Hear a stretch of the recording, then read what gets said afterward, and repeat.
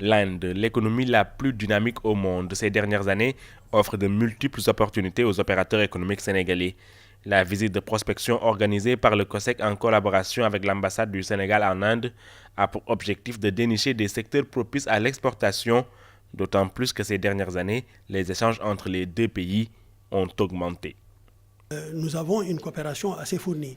Et l'Inde intervient dans des domaines stratégiques du développement de notre pays en finançant des projets extrêmement importants, notamment au niveau du développement rural. Nous avons actuellement un projet en cours d'exécution pour l'autosuffisance en riz au nord du pays. Nous avons avec l'Inde également un projet d'électrification rurale.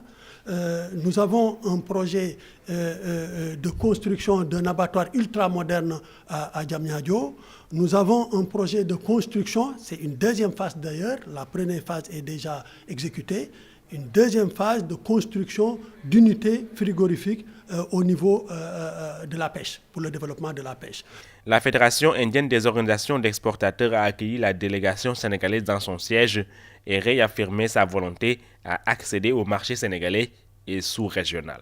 I feel that there is need for diversification of the product profile. Je pense qu'il y a un réel besoin de diversifier les exportations parce qu'actuellement, elles concernent en grande partie le phosphate. Phosphoric acid.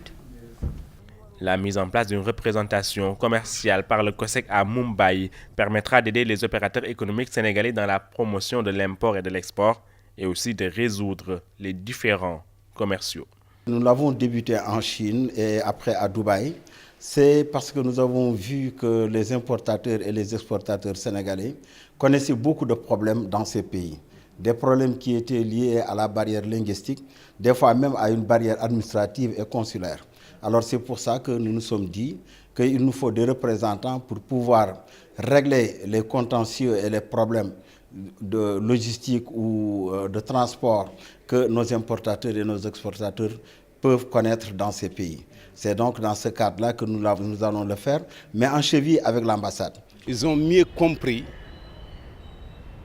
qu'est-ce que c'est que le Sénégal, quel est le positionnement du Sénégal dans le monde et qu'est-ce que le Sénégal peut offrir et qu'est-ce que les opérateurs indiens peuvent faire au Sénégal. La signature du protocole d'accord entre la Chambre de commerce, d'industrie et d'agriculture de Dakar et la Fédération indienne des organisations d'exportateurs, je pense, offre aux deux parties, sénégalaises et indiennes, une bonne plateforme pour essayer de développer les échanges. Ça nous a permis de rencontrer divers opérateurs économiques qui évoluent dans divers domaines et ce qui est important dans le cadre de notre visite de prospection, si on sait que le COSEC a pour objectif d'ouvrir une représentation en Inde qui pourrait assister et aider les opérateurs économiques sénégalais à mieux pénétrer le marché indien et à développer les échanges entre les deux pays.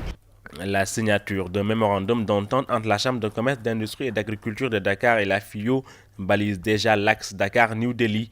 Avec l'installation de la représentation du COSEC sous peu, les échanges sont partis pour connaître une hausse.